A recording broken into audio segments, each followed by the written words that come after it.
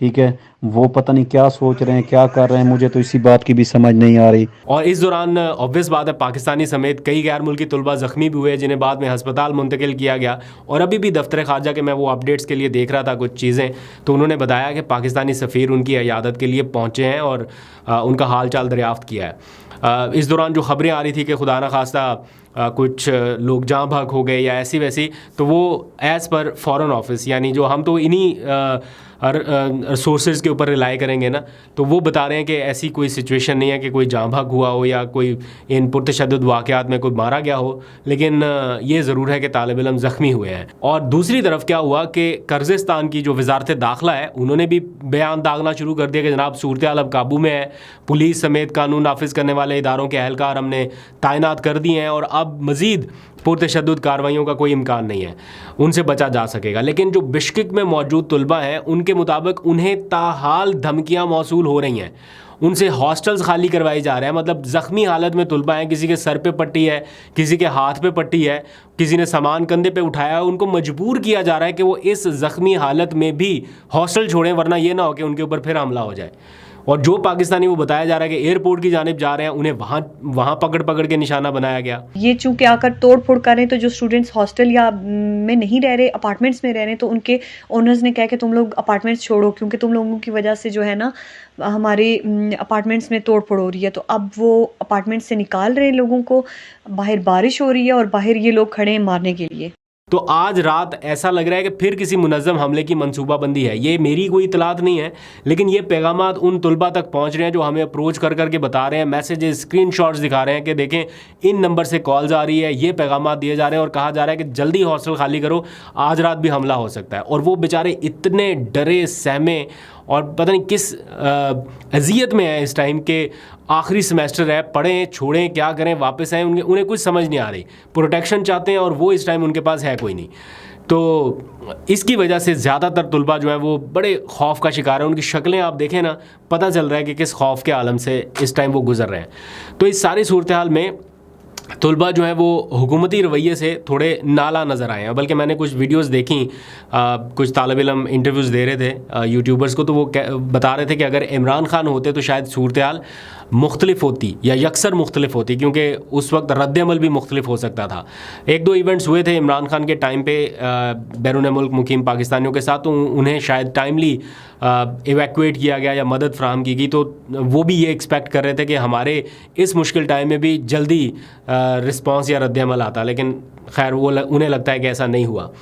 اس پریشان کن صورتحال میں اسلام آباد میں جو قرغیزستان کا سفارت خانہ ہے اس کے باہر بھی طلباء نے احتجاج کیا. میں نے دیکھا کافی بڑی تعداد میں طلباء پہنچے, نعرے بازی کی اور ایک طرح سے ریئلائز کرایا کہ بھئی آپ کے ملک میں ہمارے لوگوں کے ساتھ یہ ہو رہا ہے جو کہ مناسب چیز نہیں ہے, نہیں ہونا چاہیے.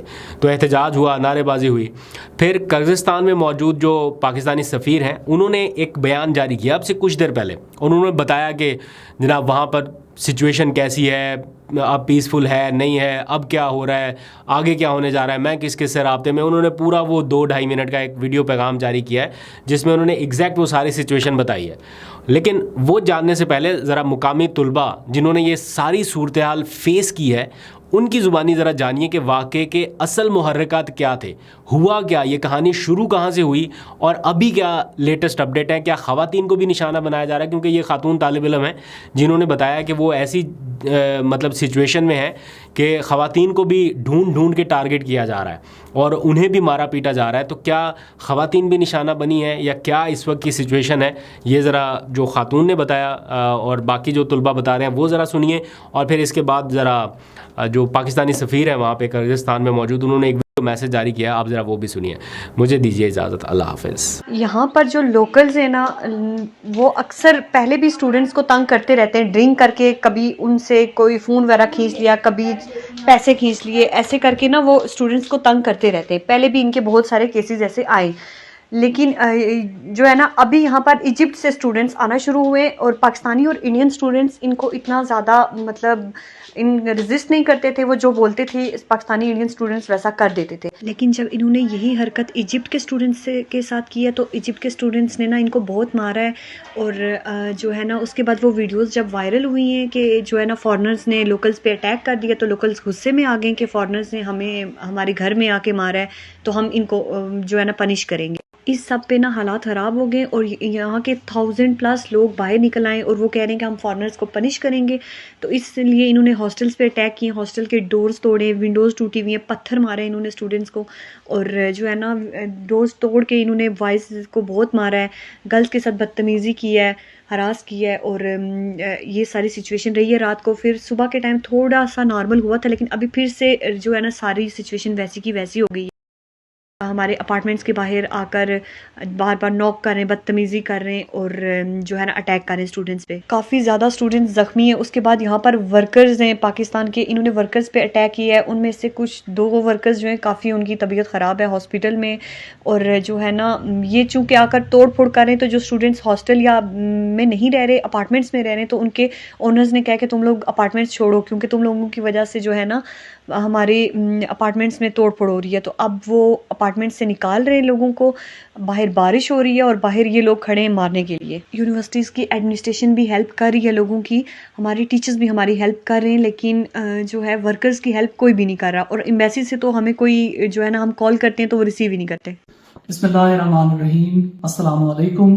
میرا نام حسن زیغم ہے اور میں کرگز جمہوریہ میں پاکستان کا سفیر ہوں. میں آپ کو کل شام سے ہونے والے جو تشدد کے واقعات یہاں پہ بین الاقوامی شہریوں کے خلاف ہوئے ہیں ان کے بارے میں کچھ بتانا چاہوں گا. کل رات میں یہاں پہ کچھ لوکل ایکسٹریمسٹ ایلیمنٹس نے یہاں پہ انٹرنیشنل اسٹوڈنٹس کے ہاسٹلس اور ان کی پرائیویٹ رہائش گاہوں پر حملہ کیا. اس میں تقریباً 6 ہاسٹلس اس حملے کی زد میں آئے ہیں.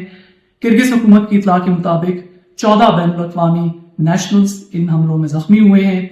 مشن کو یہ بتایا گیا ہے کہ ایک پاکستانی نیشنل شاہزیب اس وقت کرگز نیشنل ہاسپٹل میں زیر علاج ہے. وزیر اعظم پاکستان محمد شہباز شریف صاحب کی خصوصی ہدایات کے مطابق میں نے آج کرگز نیشنل ہاسپٹل میں شاہزیب سے ملاقات کی اور اس کی خیریت دریافت کی, اور الحمدللہ اس کی حالت خطرے سے باہر ہے.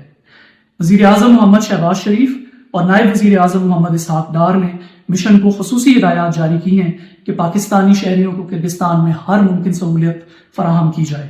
کرگز حکومت نے ہمیں یقین دلایا ہے کہ غیر ملکی شہریوں کے جان و مال کے تحفظ کو مکمل طور پہ یقینی بنایا جائے گا. ہمیں یہ بتایا گیا ہے کہ کرگز پولیس بین الاقوامی شہریوں کے تحفظ کے لیے ہر وقت چوکس ہے.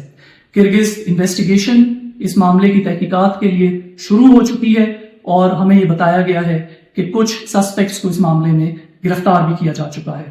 کرگز حکومت نے کرگستان میں مقیم تمام غیر ملکی شہریوں سے اپیل کی ہے کہ وہ حوصلے میں رہیں اور بہت ساری چیزیں کہ جو سوشل میڈیا پہ اس وقت سرکولیٹ کی جا رہی ہیں ان کو شیئر نہ کریں جب تک کہ ان کی تصدیق نہ ہو جائے. ایمبیسی آف پاکستان آج صبح سے آپ کے مسائل کو حل کرنے کے لیے کوشاں ہے. ہمارے ایمرجنسی نمبرز پہ ابھی تک ہم 500 سے زیادہ کالز کو جواب دے چکے ہیں اور ان کے ساتھ رابطے میں رہے ہیں. ابھی تک 10 ایسے پاکستانی شہری جن کا اپنے والدین سے رابطہ ممکن نہیں ہو رہا تھا, ہم نے ان کا رابطہ ممکن بنا کر ان کے والدین کو ان کی خیریت کی اطلاع دی ہے. میں پاکستانی کمیونٹی کے جو کرگستان میں مقیم ہے ان کو یہ اپیل کرنا چاہوں گا کہ وہ سوشل میڈیا پر ہونے والی خبروں کے اوپر یقین نہ کریں جب تک کہ ان کی تصدیق نہ ہو جائے. اور جو emergency numbers Pakistan embassy Kyrgyzstan نے اور منسٹری آف فارن افیئرز نے اپنے CMU کے سوشل میڈیا اور ویب سائٹس پہ شیئر کیے ہیں, ایمرجنسی سچویشنز میں ہمارے ساتھ ان نمبرز پر رابطے میں رہیں تاکہ ہم آپ کی مدد کر سکیں. میں آپ سے یہ بھی استدعا کروں گا کہ ایمبیسی آف پاکستان سے اور کرگز قومی سلامتی کے اداروں کے ساتھ رابطے میں رہیں اور ہمارے ساتھ تعاون کریں تاکہ اس صورتحال کو بہتر بنایا جا سکے. میں اور میری ٹیم آپ کی سلامتی کو یقینی بنانے کے لیے کوشاں ہیں. بہت شکریہ.